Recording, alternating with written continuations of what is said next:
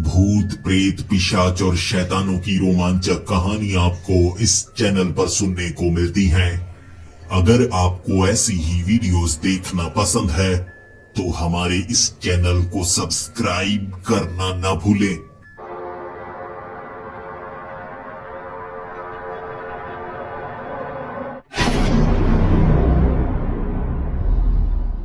Hello दोस्तों, मेरा नाम सत्या है और मैं कर्नाटक की एक छोटी सी गांव का रहने वाला हूँ। यहाँ पर मैं प्लास्टिक का काम करता हूँ, यानी कि शहर से प्लास्टिक का सामान लेकर आता हूँ और उसे घर में ही रखता हूँ। उसके बाद आसपास के गांव में बेचने के लिए चला जाता हूँ। इससे कमाई ठीक ठाक हो जाती है। अपने पिता की जितना मैं कमा लेता हूँ। मेरे पिता यहाँ पर एक छोटी लकड़ी की दुकान चलाते हैं। उनकी दुकान भी ठीक ठाक चलती है और दोनों मिलकर हम अच्छी खासी रकम जमा कर लेते हैं, जिससे महीने का गुजारा हो पाए। लेकिन एक बुरी आदत है जिसे मेरे माँ बाप बुरी कहते हैं, लेकिन मैं उसे बुरी आदत नहीं मानता। 6 बजे तक मैं अपना सारा काम खत्म कर लेता हूँ और उसके बाद दोस्तों के साथ समय बिताना मैं बहुत ज्यादा जरूरी मानता हूँ। पास के तालाब में नहाने के लिए जाना या कुछ खेलते रहना रात के 9-10 बजे तक। हर रोज मैं ये काम करता हूँ और मेरी माँ कहती है, तुम बड़े कब होगे? बच्चे खेला करते हैं, तुम अब बच्चे थोड़े ना रहे हो। और मैं माँ को कहता, माँ, शरीर से कोई बड़ा या छोटा नहीं होता, दिमाग से बड़ा या छोटा होता है और मुझे अब भी उन चीजों में मजा आता है, तो क्यों ना मैं अपनी जिंदगी को जीऊं। मैं कोई बुरा काम नहीं करता, सिर्फ अच्छा काम ही करता हूँ। लेकिन मेरी माँ इसलिए इसे बुरा कहा करती थी। मैं अपने दोस्तों के साथ कभी कभी शर्त लगाया करता था। किसी शर्त में तो 50-100 रुपए मैं हार जाता या जीत जाता, और कभी कभी शर्त ऐसी मुश्किल होती जिसे करने में पसीने छूट जाते। जैसे कि एक रात जंगली इलाके में बितानी है, जो बिताएगा 100 रुपए उसके।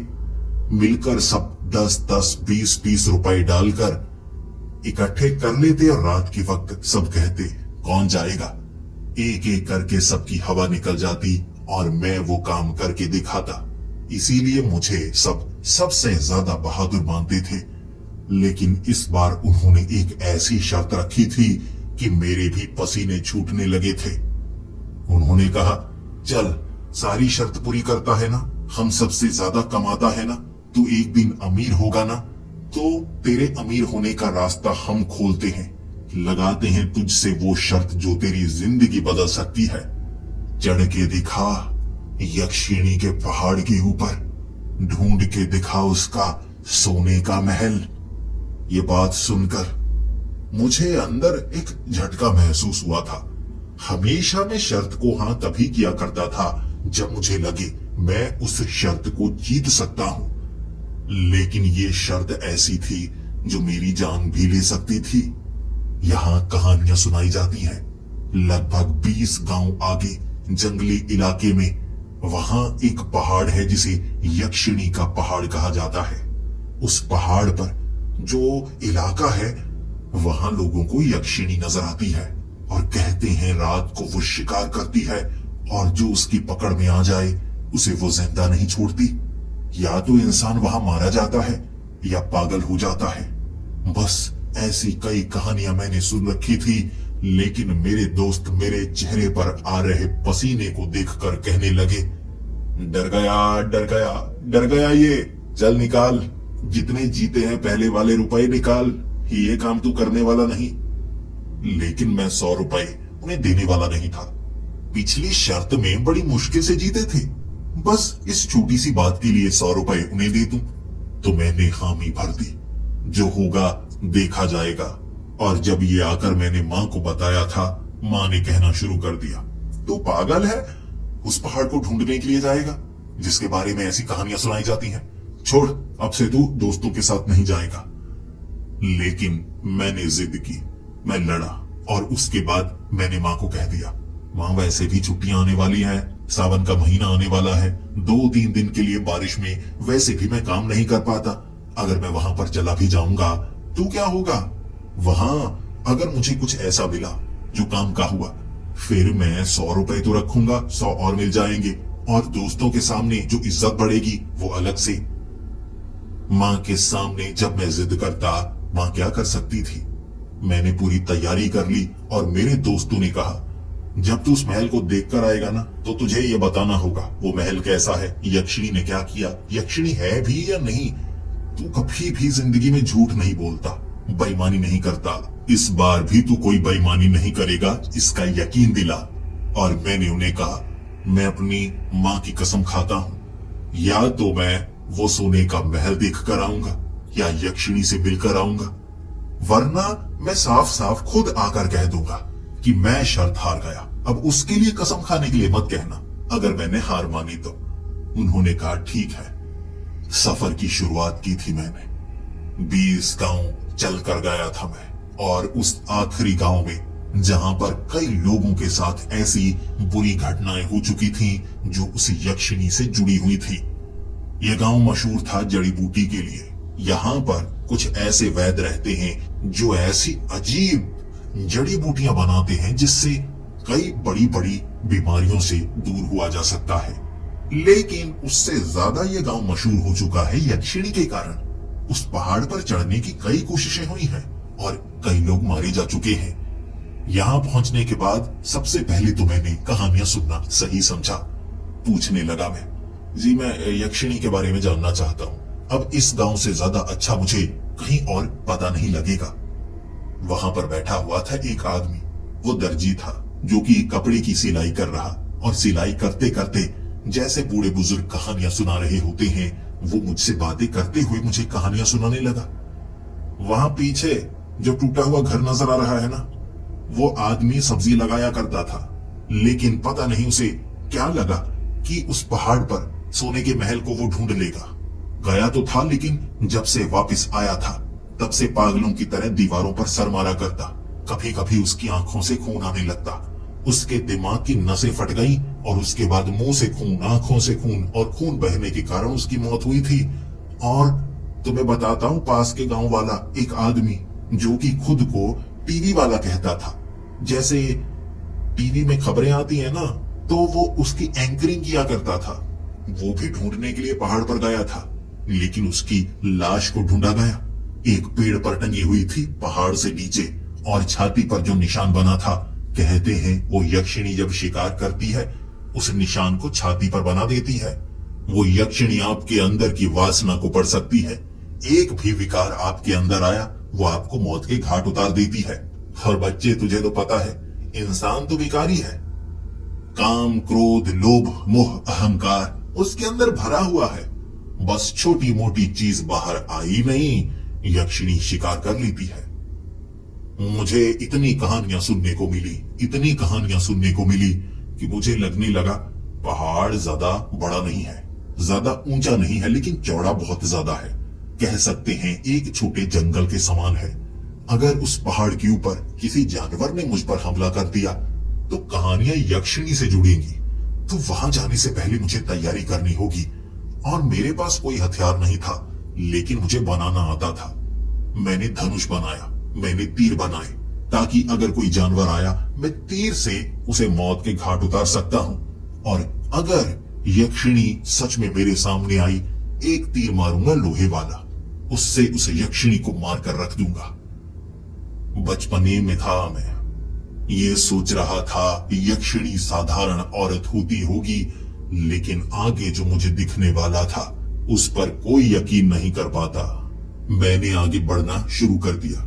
सबसे पहले एक छोटी नदी को मुझे पार करना पड़ा, और इस नदी के पार किसी इंसान को जाने नहीं दिया जाता। छोटा पुल था जिसे लकड़ियों के साथ बंद किया गया था।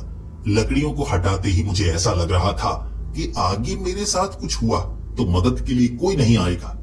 क्या अब भी मुझे वापस जाना है? लेकिन वो मेरा अहंकार था शायद, कि मैंने कहा मैं ऊपर महल को देख कर आऊंगा। महल है या नहीं पता तो लगाना है। मैंने वादा किया है, मैं शर्त में हार नहीं मानूंगा। आगे गया मैं, पुल को पार किया, नदी को पार किया। जंगली इलाका था, थोड़ी थोड़ी ठंड थी, कपड़े मोटे मेरे पास भी मौजूद थे। 2 दिन थे मेरे पास, और उस पहाड़ पर 2 दिन बिताना यानी कि हर कोने तक पहुंच जाना। चलते चलते उस पहाड़ से अभी मैं दूर ही था, और मुझे उम्मीद नहीं थी यहाँ पर कोई इंसान मुझे मिलेगा। लेकिन मुझे उस पहाड़ के बिल्कुल करीब एक साधु बाबा नजर आए। साधु बाबा योग क्रिया में बैठे हुए थे और उनके शरीर पर पसीना आया हुआ। कपड़े उन्होंने कम पहने थे, लेकिन पसीने से तरबतर थे और उनके आसपास की जितनी जमीन थी वो गीली थी, जबकि यहाँ हर जगह आसपास सूखा सूखा महसूस हो रहा। उनके इर्द गिर्द जैसे उनका पसीना टपकने के कारण वो मिट्टी भी गीली हो चुकी हो। उन्हें परेशान करना मैंने सही नहीं समझा, लेकिन मेरे कदमों की आहट उन्होंने कब सुन ली मैं जान ही नहीं पाया। मेरे पैरों की आवाज सुनकर उन्होंने आंखें खोली और कहा, बच्चे, किस दिशा में जा रहा है? उस दिशा में तुझे कुछ और नहीं बल्कि मौत मिलेगी।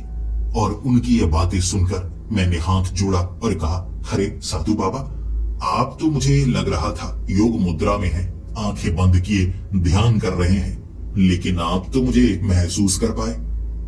तब साधु बाबा ने कहा, मेरी बातें तुमने ध्यान से नहीं सुनी। इससे कोई फर्क नहीं पड़ता मैं योग मुद्रा में हूं या नहीं, बात इसकी है कि तुम किस दिशा में जा रहे हो। मैंने कहा, साधु बाबा, मैं उस यक्षिणी के पहाड़ की तरफ जा रहा हूं, देखना चाहता हूं, खंगालना चाहता हूं। अब क्या बताऊं, मैं कुछ औषधियां ढूंढने के लिए जा रहा हूं, किसी की जान पर बनी है। साधु बाबा कहने लगे, किसी की जान बचाने के लिए अपनी जान देना सही नहीं होता, जबकि तुम्हें ये पता है वहां जाने पर तुम्हारी मृत्यु पक्की है, तो जिसकी जान बचाने के लिए जा रहे हो वो तो मरेगा, अपनी जान उसके लिए क्यों देना चाहते हो? मैंने कहा, साधु बाबा, मेरी जान नहीं जाने वाली, हथियार मेरे पास है और मैं ये मानता हूं कि वो कोई यक्षिणी नहीं है, कोई साधारण औरत होगी जो लोगों को डराती है, या झूठी कहानियां। मैं सच जानकर रहूंगा, अगर तो वो वहां पर है, बाकी मैं ढूंढ लूंगा कैसे उसके महल को देखना है। एक बार उस दृश्य को देखना चाहता हूं। और साधु बाबा, आप बताइए, क्या आपने उसके महल को कभी देखा है? तब साधु बाबा कहने लगे, मैं उसके महल को देखूं?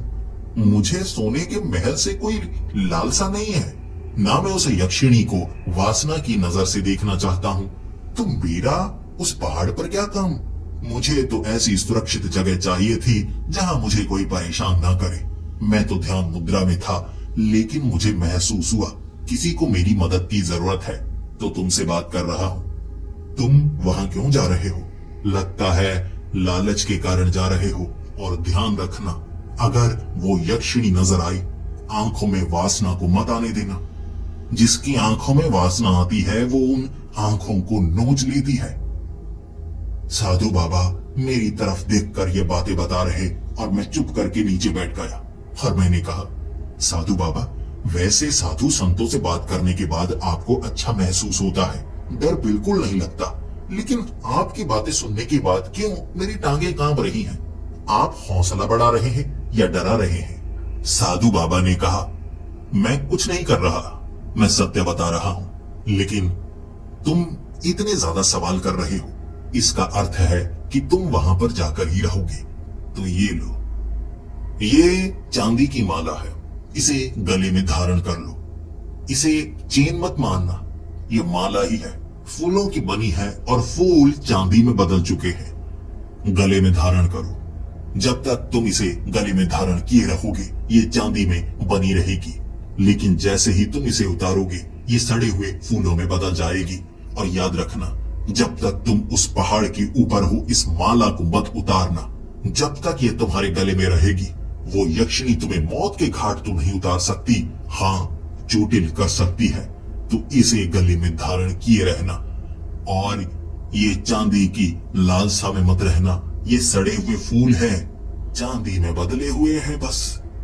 साधु बाबा ने मेरी मदद की थी और मैंने कहा, साधु बाबा, किसी की दी गई चीज पर मैं लालसा नहीं दिखाता। मुझे ऐसी चांदी की कोई जरूरत नहीं है जिसे मैंने नहीं कमाया है। मैं वहां भी लालच के कारण नहीं जा रहा। जिसका महल उसे मुबारक, मैं बस देखना चाहता हूं। क्या कुदरत की बनाई चीज को देखना श्राप माना जा सकता है? साधु बाबा मुस्कुराते रहे। मेरी बातों से कोई जीत नहीं सकता, इसीलिए मैं आगे बढ़ने लगा। लेकिन साधु बाबा की दी गई वो माला मुझे तो चमत्कारी ही लग रही थी। मैंने गले में धारण की हुई और सोचा हुआ था, चाहे जो हो जाए माला को नहीं उतारना है। और आगे बढ़ते बढ़ते जब मैं उस पहाड़ पर चढ़ना शुरू हो गया, उस पहाड़ पर पक्का रास्ता बना हुआ था। ऐसा लग रहा था जैसे ये रास्ता बिल्कुल शिखर की तरफ जाता हो। अगर ऊपर सच में कुछ ऐसा मिला जो सुनहरी ना भी हुआ, किसी और ने बनाया हुआ, तो यानी गांव वाले बेवजह डराए जा रहे हैं। यहां पर तो पक्की सड़क बनी हुई है, हो सकता है ऊपर मुझे गाड़ी भी नजर आ जाए। लेकिन कुछ कदम ही मैंने आगे बढ़ाए थे। वक्त दोपहर के 3 से 4 बजे का होगा। धूप खिली हुई थी। 4-5 कदमों में सूरज बड़ी रफ्तार से जैसे पहाड़ से नीचे उतर गया हो। मैं देखता रह गया, ये क्या हुआ? ये आंखों का भ्रम था या सच्चाई? सूरज इतनी तेजी से ढल नहीं सकता। रात का वक्त हो गया और उस अंधेरे में जब चांद की रोशनी थोड़ी थोड़ी पड़ने लगी, मेरी आंखें खुली की खुली थी। चांद भी आ गया जहां पर सूरज था। ये कैसा दृश्य है, मैं कैसे यकीन करूं? गाना गुनगुनाने की एक बेहद अजीब आवाज थी, जैसे कई लड़कियां एक साथ गाना गा रही हो, या किसी एक गले से ऐसी आवाज निकल रही हो जैसे कई लड़कियों की आवाज हो। वो जो ध्वनि थी एक पेड़ के पीछे से आ रही, और इतना पतला पेड़ था कोई लड़की उसके पीछे छिप नहीं सकती।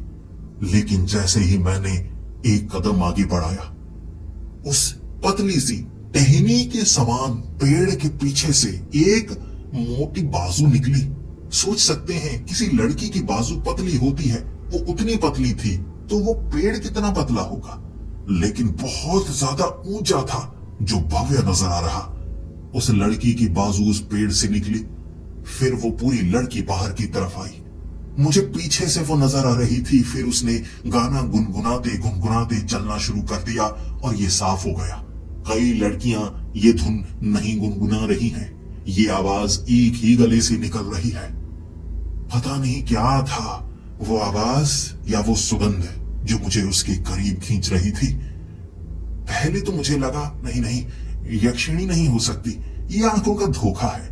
वो पतली टहनी नहीं है, पास में झाड़ियां होंगी या कोई और पेड़ होगा जिसके पीछे ये बैठी होगी, और ऐसे मुझे आश्चर्यचकित करके रख दिया। फिर वो जब चलती गई, उससे एक महक आ रही थी। ये महक इत्र की नहीं थी, ये महक फूलों की थी। अब मैं क्या ही बयां करूं वो महक कैसी थी। मेरी आंखें खुल गई, जो थकान थी वो उड़ गई, और फिर उसकी वो मधुर आवाज सुनने के लिए मैं उसके पीछे पीछे और वो रास्ते पर सीधा सीधा चलने लगी। मैं दूरी बनाकर पीछे पीछे था, और मैं नहीं चाहता था किसी लड़की को परेशान करूं, तो इतनी दूरी तो मैंने बनाई थी कि वो परेशान ना हो। लेकिन अचानक चलते चलते जब उसने अपनी वो एड़ियां आगे की तरफ की, पैर पीछे की तरफ कर लिए, मैं बस देखता रह गया। यक्षिणी। मेरी आंखें फट चुकी थी। वो दृश्य मैं भूल ही नहीं सकता। खूबसूरत लड़की, और बड़े ही सुंदर उसने वस्त्र पहने हुए। उसके कपड़े में क्या बयां करूं। ना तो शहरों में ऐसे कपड़े पहने जाते हैं, ना गांव में, लेकिन गांव की एक शालीनता थी और शहरों की एक तकनीक। वो साड़ी के समान ही कुछ था, लेकिन उसमें उसकी पीठ नजर आ रही। उसके कपड़े कुछ सुनहरी से थे जो रंग बदल रहे, कभी गुलाबी नजर आता तो कभी हरा, कभी पीला रंग हो जाता। वो रंग बदलते हुए कपड़े, और नीचे मुड़ती हुई एड़ी। बस मैंने पीछे चलना शुरू कर दिया। मैं वहां से निकलना चाहता था, लेकिन उसने भी, क्योंकि एड़ियां आगे थी तो वो पीछे की तरफ चलने लगी। पीठ मेरी तरफ थी, और फिर उसने अपना मुंह घुमाना शुरू किया, जैसे पंखा घूमता है ना। उसकी गर्दन के ऊपर से उसका सर इतनी तेजी से घूमता जा रहा, और वो मधुर आवाज एक भयानक आवाज में बदल गई। तेज घूमती गई, वो तेज घूमती गई। उसकी टांगे घूमने लगी थी जैसे एड़ियां, कभी आगे फिर पीछे, आगे पीछे। उसका सर उसके धड़ के ऊपर गोल गोल पंखे के समान तेजी से घूमने लगा था, और फिर अंत में घूमा उसका धड़ उसका धड़ भी गोल गोल दूसरी दिशा में घूमने लगा जिस दिशा में सर घूम रहा था। यह दृश्य देखने के बाद मैंने भागना ही समझदारी समझा। उस समय मुझे लगा था मैं पहाड़ी के ऊपर चढ़ रहा हूं, यह रास्ता नीचे की तरफ जाता है, मैं नीचे की तरफ उतरता चला जाऊंगा और इस पहाड़ से नीचे उतर जाऊंगा। लेकिन ये मेरी गलती थी। मैं नीचे उतरने की कोशिश कर रहा, लेकिन वो जो रास्ता था सीधा नीचे की तरफ नहीं, घुमावदार उसी पहाड़ पर कभी दाईं तरफ, कभी बाईं तरफ, कभी ढलान पर, कभी ऊंचाई की तरफ ले जा रहा। मैं रास्ता भटक चुका था। मुझे नीचे जाने का सही रास्ता नहीं मिल रहा और वो मेरा पीछा कर रही। उसकी अब इतनी तेज चीख थी जो मेरे कान के पर्दे फाड़ देती। इसीलिए मैं उससे दूरी बनाने लगा था। भागते भागते मुझे एक जगह मिट्टी मिली, रेत की तरह ढेरी बनाई हुई वो मिट्टी, और मैं उसमें छिपना चाहता था।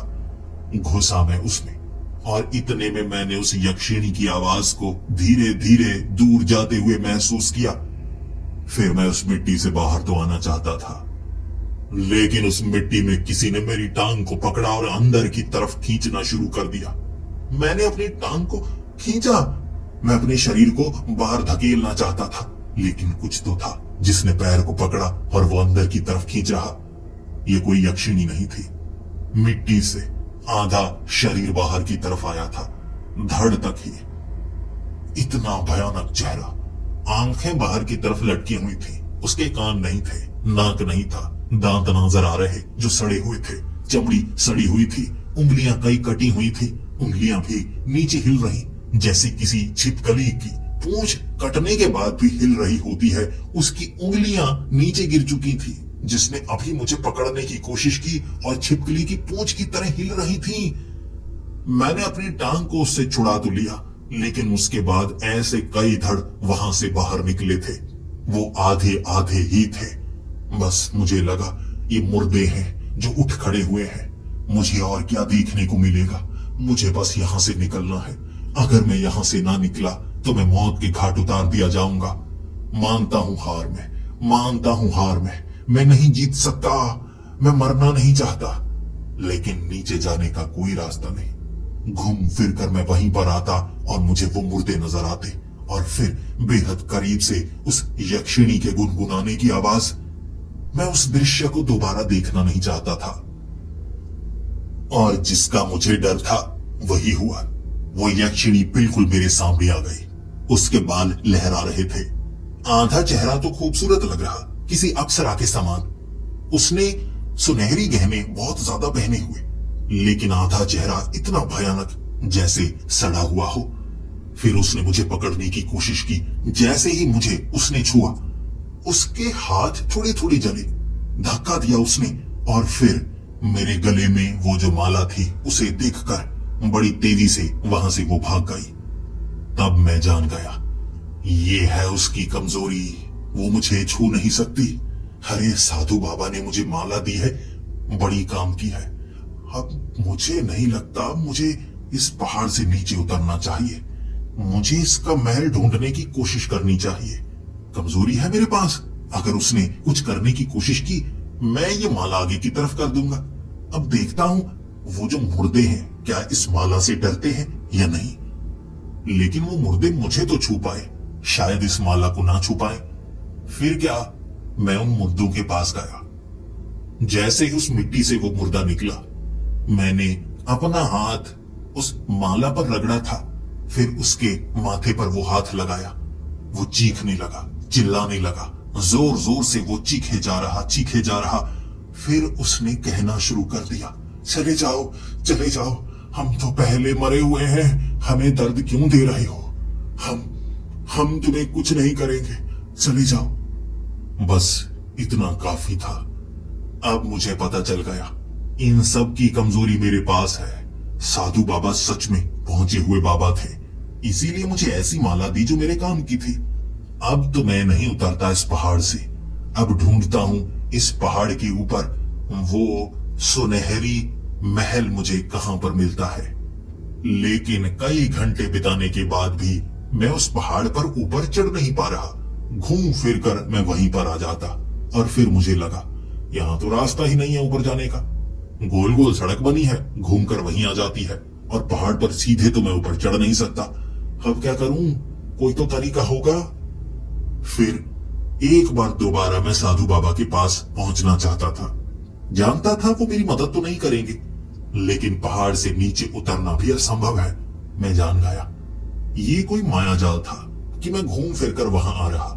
लेकिन फिर मैंने पेड़ों पर लटक कर थोड़ा नीचे जाकर महसूस किया ये कोशिश काफी खतरनाक हो सकती है। और वहां उस पहाड़ की एक कोने पर मुझे एक भयानक औरत नजर आई। मैं उसके सामने खड़ा हो गया। जानता था ये यक्षिणी ही है, भले ही अब कुछ अलग लग रही है, अलग तरीके से मुझे डराना चाहती होगी। मैंने वो माला को आगे किया और फिर उसे कहा, अगर तू मेरे करीब आई मैं तुझे जला डालूंगा। देख ये हाथ इस माला पर, अब तेरा क्या बनता है। और सामने से वो औरत कहने लगी, मैं तेरी दुश्मन नहीं, तू अगर इस पहाड़ पर चढ़ा है तो मौत के बेहद करीब है। उतरा इससे पहले कि वो यक्षिणी तुझे मौत के घाट उतार दे। मैंने कहा, यक्षिणी? तुम कौन हो? तुम यक्षिणी नहीं हो। यकीनन मुझे पागल बनाने की कोशिश कर रही हो। मैं नहीं बनने वाला, उस महल को मैं ढूंढ कर रहूंगा। ये बात सुनने के बाद उस औरत ने कहा, वाह कमाल है, जिद्दी हो, यक्षिणी से नहीं डरते। ऐसा लगता है इस माला के कारण तुम्हें कोई ताकत मिली है कि यक्षिणी से भय नहीं है तुम्हें। मैंने कहा, हाँ तुमसे भय नहीं है। उसने कहा, मैं यक्षिणी नहीं हूं, पहले ये तो साफ हो जाए। और अगर तुम उस महल को ढूंढना चाहते हो तो मैं तुम्हारी मदद कर सकती हूं, लेकिन अगर तुम भी मेरी मदद करो तो। फिर मैं सोचने लगा, आखिर एक यक्षिणी अलग औरत बनकर मेरी मदद क्यों चाहती है। मैंने उसे कहा, मैं ये माला नहीं उतारूंगा, और अगर तुमने कुछ गलत कहा मैं ये हाथ तुम्हारे माथे पर लगा दूंगा, जलन होगी। उसने कहा, कोशिश करके देख लो, तुम्हारी ये माला का असर मुझ पर नहीं होगा। ये यक्षिणी के लिए है, मेरे लिए नहीं। चाहूं तो इसे उतार सकती हूँ, फिर तुम्हारी मौत पक्की। वो यक्षिणी यहीं तुम्हें जमीन में गाड़ देगी। लेकिन क्यों ना तुम मेरी मदद करो, मैं तुम्हारी मदद करती हूँ। मैं उसके सामने था, उसने मेरी माला को छुआ और देखने लगी। वाह, चांदी नहीं है ये, फूल है, फूलों से चांदी बनाई है। किसी साधारण इंसान का काम नहीं लगता। तुम्हारे पास ऐसी विद्या नहीं है, इसे कहां से लेकर आए हो। मैंने कहा, मुझे एक साधु बाबा ने दी है।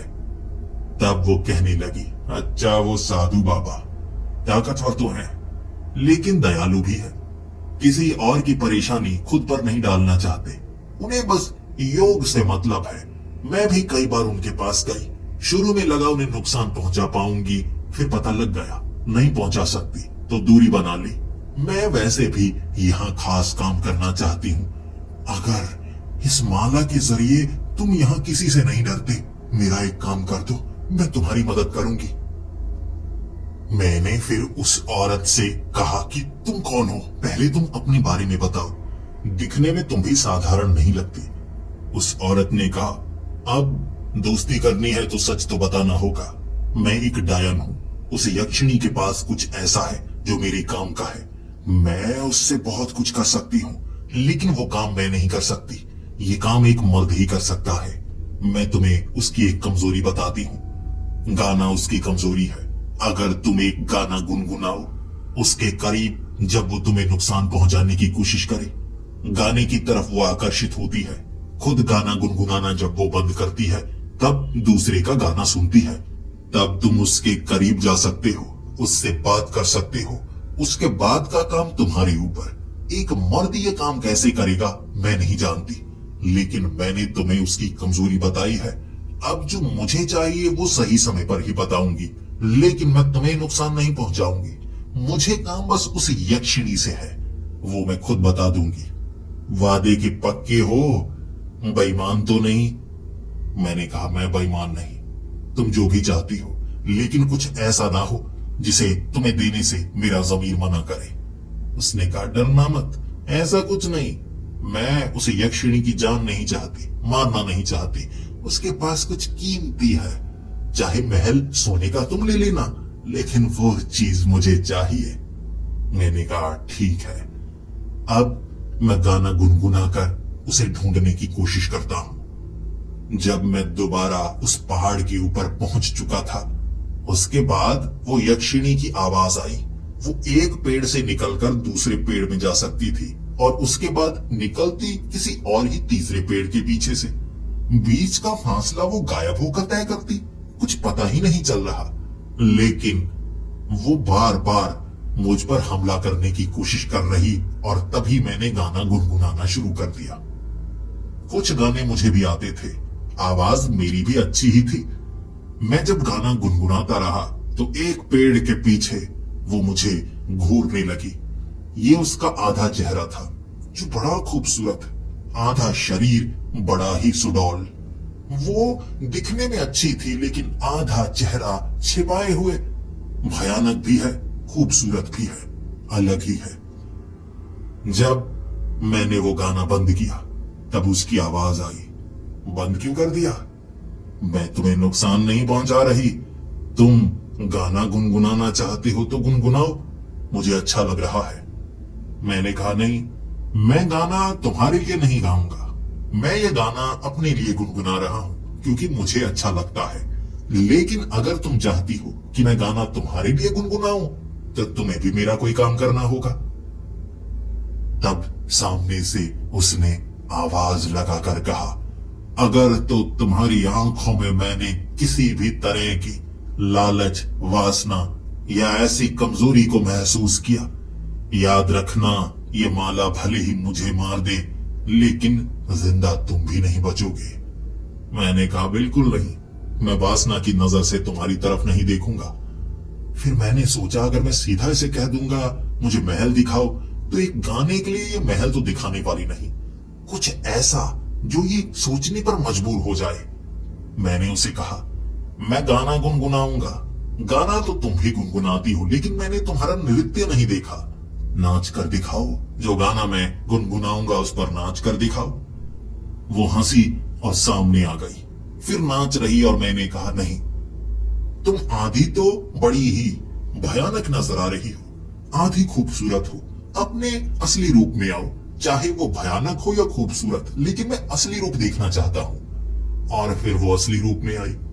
वो भयानक नहीं थी, खूबसूरत थी, लेकिन इस बार वो जो आधा खूबसूरत चेहरा था और आधा शरीर था ना, इस बार वो उससे भी 10 गुना ज्यादा खूबसूरत। मैंने अपनी जिंदगी में ऐसी लड़की कभी नहीं देखी थी और ऐसे कपड़े नहीं देखे थे। मेरी आंखें जब खुल गईं, पलकें झपक नहीं रही थी क्योंकि मेरी आंखें उससे हट ही नहीं पा रही। बीच बीच में गाना गुनगुनाते मैं भूल रहा था। उसकी खूबसूरती, उसकी भव्यता मेरे शब्दों को रोक रही थी। फिर उसने कहा, गाना भूल रहे हो? मैंने कहा नहीं, मैं भूल नहीं रहा। सच बताऊं इसे वासना मत समझना, लेकिन तुमसे नजरें क्यों नहीं हटती मेरी? शायद तुम में कोई ताकत है। मैं किसी लड़की को घूरता नहीं, मुझे ये अच्छा नहीं लगता, लेकिन तुमसे नजरें हट क्यों नहीं पा रही? इसमें तुम्हारा कोई जादू है। वो मुस्कुराती रही, नाचती रही, मैं गाना गुनगुनाता रहा। न मैं थका न वो थकी। उसके बाद उसने खुद ही कह दिया, तुम यहाँ गाना गुनगुनाने के लिए आए हो और मुझे देखने के लिए आए हो। कार्य ये नहीं है तुम्हारा। आंखों में मैंने वासना को महसूस नहीं किया, यानी मेरा नृत्य देखने के लिए नहीं आए हो, ना ही एक यक्षिणी को पाने के लिए आए हो। क्यों आए हो तुम यहाँ पर? फिर मुझे लगा अब इसे घुमा फिरा कर बात करनी होगी। महल की बात की तो साफ कहेगी लालच, फिर गर्दन ना उड़ा दे। अब किसी और तरीके से फंसाना पड़ेगा। उसके बाद मैं कुछ समझ नहीं पा रहा था कि मैं उस महल तक कैसे जाऊं। मैं उससे बातें करने की कोशिश कर रहा, लेकिन वो कह रही, मुझे सिर्फ गाना सुनना है। मैं गीत सुनने के लिए तुम्हारे करीब आ सकती हूँ, तुम्हारे लिए नृत्य कर सकती हूँ। कुछ और चाहते हो तो बताओ। तब मेरी जबान पर आया वो सोना।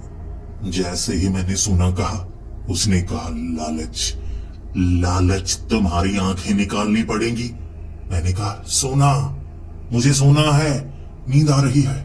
मैं गीत पूरी रात नहीं गा सकता, एक तो रात खत्म नहीं होती, मुझे सोना है। फिर वो कहने लगी, सत्य बात है, लालच नहीं है, लेकिन अगर लालच आई तो मैं छोड़ूंगी नहीं। फिर मुझे लगा इससे उगलवाना मुश्किल काम होगा, एक तो जब कुछ सवाल पूछता हूँ ये जवाब नहीं देती। मुझे उस डायन से पूछना होगा। मैं वापिस आया, उस डायन से पूछा। मैंने कहा मुझे उसकी और कमजोरियां जाननी होंगी। वो मुझसे बात नहीं करती, कुछ भी बताती नहीं, और तुम्हें जो चाहिए उससे उगलवाना तो होगा ना, तो मैं कैसे बात करूंगा? तब उस डायन ने मुझे कुछ ऐसे मंत्र सिखाए। वो मंत्रों से पूछे गए सवाल का जवाब यक्षिणी को देना ही पड़ता। मान लो कि यक्षिणी इस मंत्र के जरिए वादा करती, वादे के अनुसार जवाब देना है, तो वो कभी भी अपने वादे से मुकरती नहीं। मैं फिर से गया यक्षिणी के पास। ढूंढना मुश्किल नहीं था।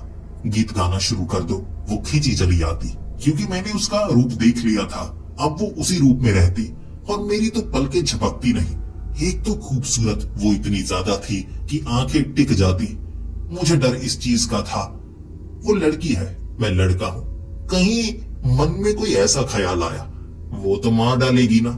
माना कि मैं बिल्कुल साधारण हूं और शरीफ हूं, लेकिन ऐसी अप्सरा के समान यक्षिणी आपकी शराफत भी बिगाड़ सकती है। तो मैं खुद को संभालने की कोशिश भी कर रहा। फिर मैंने मंत्र बोले और वो कहने लगी, वाह, किसी से सीख कर तो आ रहे हो। ये तुम पहले भी कर सकते थे, लेकिन तुम्हें पहले पता नहीं था। चलो जो भी है, कोशिश करनी चाहिए हमें। तो बताओ, कौन सा सवाल पूछोगे जिसका जवाब मैं दूंगी? अब मुझे यह पता था कि सवाल पूछने के लिए मुझे समझदारी दिखानी होगी। सीधे सीधे नहीं कह सकता महल कहाँ है, वो तो मुझे मार डालेगी। तो मुझे घुमा फिरा कर सवाल पूछने थे। मैंने कहा, तुम इतनी खूबसूरत हो, तुम्हारे कपड़े भी बहुत अच्छे हैं। मैं तो सोच रहा हूं ऐसी लड़कियां कहाँ रहती हैं, तुम कहाँ रहती होगी? तो वो हंसने लगी। जहां फूल ही फूल है, वो यहाँ के फूल नहीं है, यक्षलोक के फूल है। मैंने इस पहाड़ पर फूलों की जमीन बना रखी है। उस फूलों की जमीन में घूमते घूमते उन फूलों का रस मुझे मिलता है, मेरी ताकत के समान। जैसे मेरा रूप मेरी ताकत, मेरी खुशबू मेरी ताकत, और भी कई ताकतें। तो मैं रहती हूं फूलों के बीच।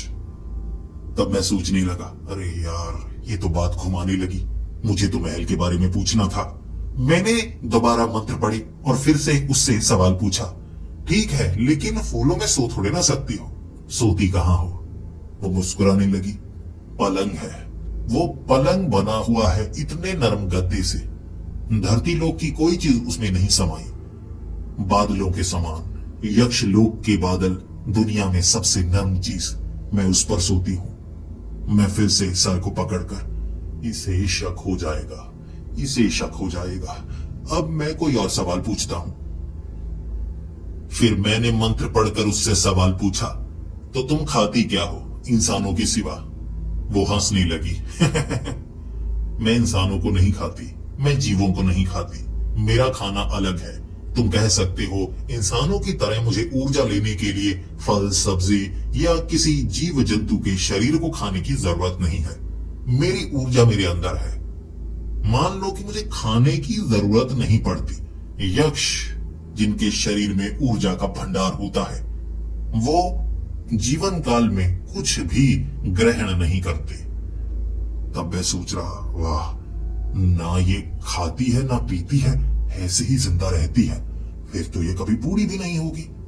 इस बात को सुनकर वो हंसते हुए कहने लगी, इंसानों से अलग हैं हम यक्ष हैं। तुम इस समय एक यक्षिणी से बात कर रहे हो, तो इंसानों की तरह बात मत करो। तुम वो खास इंसान हो जो मुझसे बात कर रहे हो। इससे पहले मैंने तुम जैसा इंसान इस पहाड़ पर नहीं देखा। हर इंसान या तो लालच से या वासना से या किसी और कमजोरी के कारण फंसता है, फिर उसे मृत्यु मिलती है। मैं खाती नहीं उसे, लेकिन तुम्हारे अंदर ऐसा कोई भाव नहीं आ रहा है। तुम्हारे अंदर जो भाव आ रहे हैं वो बिल्कुल अलग हैं, जैसे किसी पहेली को सुलझाने की कोशिश कर रहे हो। इसके लिए मैं तुम्हें मृत्यु दंड नहीं दे सकती, इसीलिए तुम्हें समझना सच में असंभव है। फिर मैं घबराता जा रहा था, उससे पूछता जा रहा था, लेकिन सवाल हर बार में बदलता रहता। वो अपने बारे में सुनाती रहती।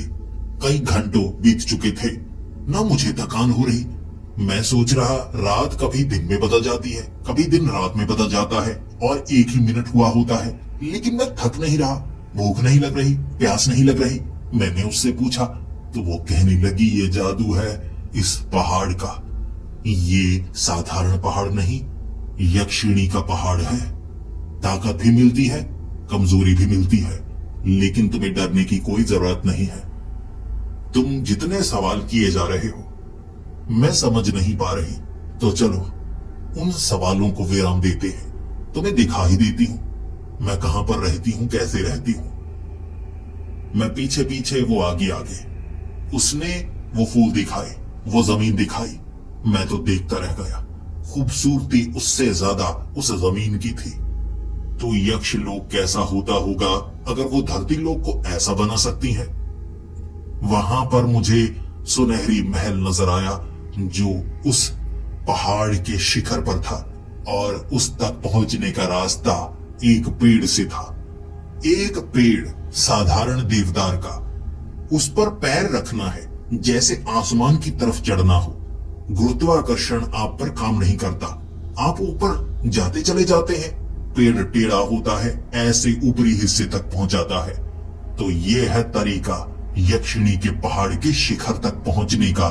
ये रास्ता उसने मुझे खुद दिखाया था, और मैंने बिना मंत्र पढ़े उससे सवाल पूछा था, मैं क्यों, तुम मुझे क्यों बता रही हो? और फिर गलती से मैंने मंत्र पढ़ना शुरू कर दिया। उसने कहा, डरो मत, अब मंत्र पद पढ़ो। तुम जो पूछना चाहते हो मैं उसका जवाब तुम्हें ऐसे ही दे दूंगी।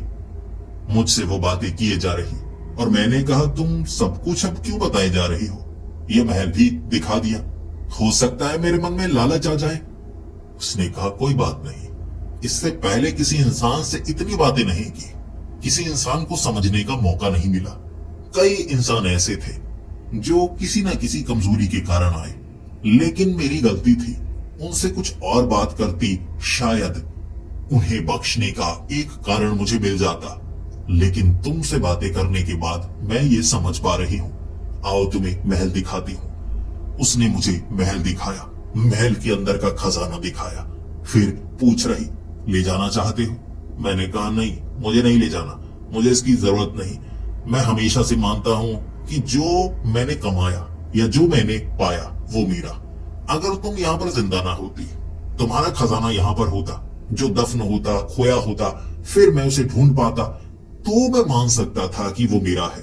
अब तो ये तुम्हारा है और तुम मुझे भीख की तरह दे रही हो। ऐसे तो मैं कभी कबूल नहीं करूंगा। फिर वो मुस्कुराने लगी। उसने मुझे बहुत कुछ दिखाया। ऐसा जादुई हिस्सा था जहां पर मैं खुद को देख सकता था। वो आईना नहीं था, मैं अपने अंदर जीवन की घटनाओं को देख सकता था। फिर डर था कहीं वो ना देख ले। मैंने कहा, नहीं नहीं, मुझे नहीं देखना। उसने कहा, देखो तो सही, तुम जीवन में क्या क्या कर चुके हो, तुम्हें भूल गया होगा, तुम्हारी अच्छाई, तुम्हारी बुराई, देखो मैं भी देखूं। मैंने कहा, नहीं नहीं, मैं वर्तमान में रहना पसंद करता हूं, मुझे भूतकाल पसंद नहीं। छोड़ो छोड़ो जो बीत गया। डर मुझे इस चीज का था, कहीं दोस्तों से शर्त लगाता हुआ उसे नजर आ गया, फिर वो कहेगी, तभी तुम्हारे अंदर किसी तरह की कमजोरी नहीं है, क्योंकि तुम शर्त के लिए आए हो। इसे वो लालच समझेगी। एक तो गर्दन काटने की बात बहुत ज्यादा करती है। बार बार जब मुझे डर लगता, मैं अपनी गर्दन पर हाथ रगड़ने लगता। अभी तक तो ठीक है, क्या पता कब काट दे।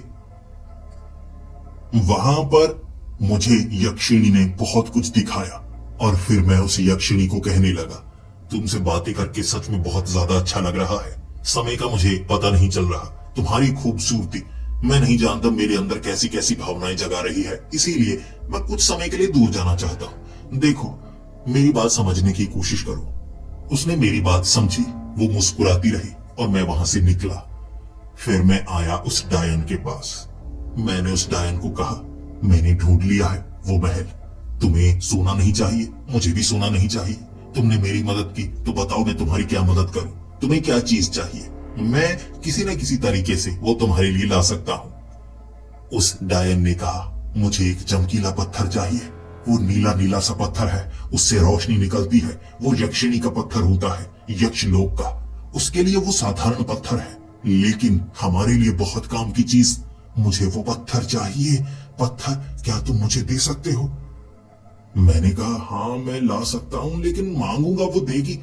उसने कहा देगी क्यों नहीं, उसके लिए वो जरूरी चीज नहीं है। तुम कहना मुझे अच्छा लगा तोहफा दे दो, वो दे देगी।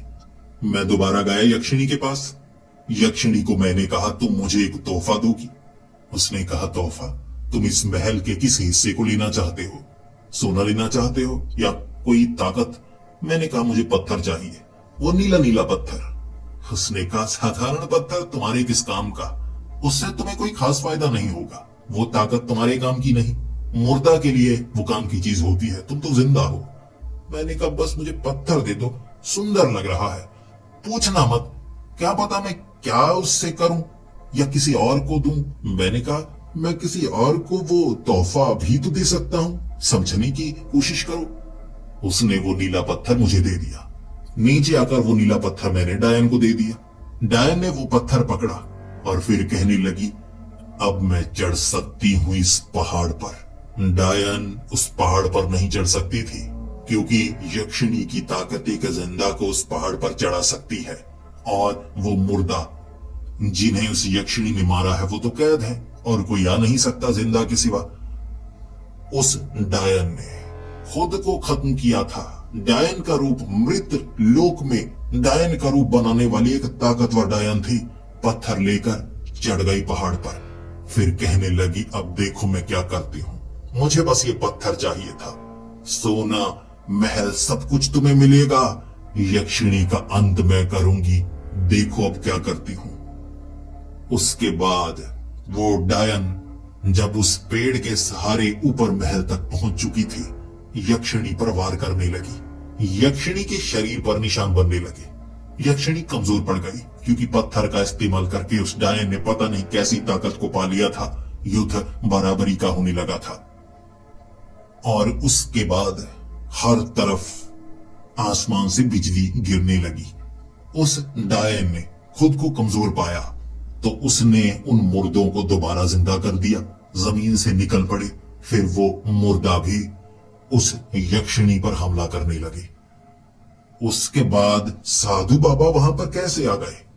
वो अंत करना चाहते थे इस मुसीबत का। साधु बाबा ने कहा पहले मैं उस यक्षिणी का अंत करूं, ये डायन को तो मैं बाद में भी संभाल सकता हूं। हर कोई यक्षिणी का ही अंत चाहता था और उसकी नजरें मुझ पर टिकी थी, जैसे मैंने उसके खिलाफ कुछ षड्यंत्र रचा हो। मैं सोच में पड़ा हुआ, अरे नहीं, मैं उसे नुकसान पहुंचाना नहीं चाहता था। मुझे नहीं पता था डायन मुझसे वादा लेकर ये सब मांगेगी, लेकिन अब मैं क्या कर सकता था। और उसके बाद वो डायन ने कहा मेरी तरफ देखकर अंदर जो आईना पड़ा है उसे लेकर आओ, जल्दी लेकर आओ। मैं आईना लेकर आया।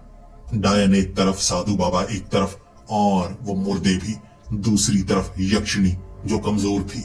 और मुझे उस डायन ने कहा ये आईने में इसकी ताकत है, आईने को तुम इसके सामने रखो, इसे कैद कर दो, यह कैदी बन जाएगी और फिर एक यक्षिणी अपनी पूरी जिंदगी इस आईने में जिएगी, कभी निकल नहीं पाएगी।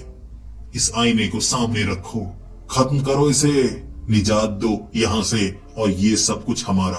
और साधु बाबा आप चाहते थे ना वो यक्षिणी का अंत हो, लीजिए यक्षिणी का अंत हो जाएगा। वो डायन ने पता नहीं कैसे साधु बाबा को फंसाया था, लेकिन उस डायन की आंखों में मैं महसूस कर पा रहा था कि वो धोखा देगी साधु बाबा को। लेकिन साधु बाबा की आंखों में भी कुछ तो था, किसी खास कारण से वो यहां पर आए थे और वो मुर्दे तो मुक्ति चाहते थे, यक्षिणी का अंत उनके लिए मुक्ति था।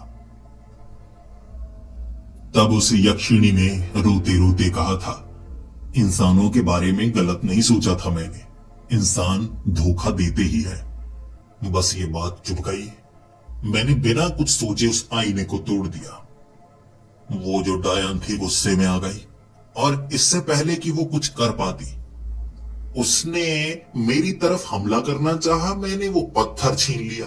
पत्थर छीनकर मैंने यक्षिणी को दिया और कहा अब तुम जो करना चाहती हो कर सकती हो।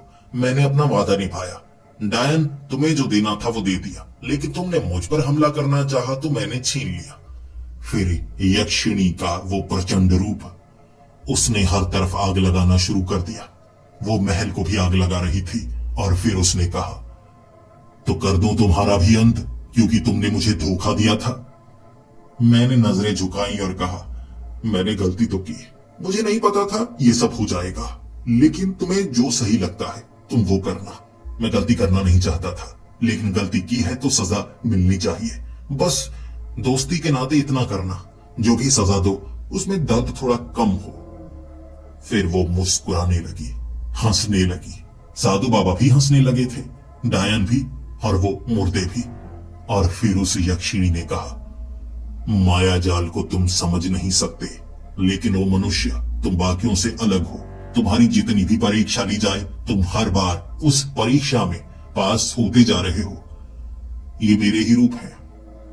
साधु बाबा भी उसमें समा गए, डायन भी उसमें समा गई, वो सभी मुर्दे भी उसमें समा चुके थे। और तब उस यक्षिणी ने कहा था, मेरे कई स्वरूप बन सकते हैं। ये पूरा का पूरा पहाड़ मेरा है, इसकी रचना मैंने की है। इसकी हर चीज की रचना मैं कभी भी कर सकती हूँ, उसे कभी भी नष्ट कर सकती हूँ। लेकिन जो इंसान यहाँ पर आता है, मैं उसकी परीक्षा अलग तरीके से लेती हूँ। तुम्हारी परीक्षा कठिन से कठिन होती जा रही थी, कोई मेरे करीब तक नहीं आ पाता, पहले ही अपने अंत को कबूल कर लेता है। तुम तो मुझसे दोस्ती करना चाहते थे, महल में आकर इसे ठुकरा चुके थे, मुझे नुकसान पहुंचाना नहीं चाहते थे, लेकिन बुरे लोगों की मदद कर रहे थे, मेरी समझ से बाहर। तुम्हारा चरित्र किसी की समझ में नहीं आ सकता, लेकिन इतना साफ है, तुम एक सच्चे इंसान हो। अब झूठ नहीं मांग रही, मैं सच में मांग रही हूं, तुम मेरे साथ रहो। ऐसे मनुष्य की मुझे भी तलाश थी। तुम्हारा जीवन लंबा हो जाएगा, तुम मेरे साथ रह पाओगे, और सब कुछ है यहाँ पर।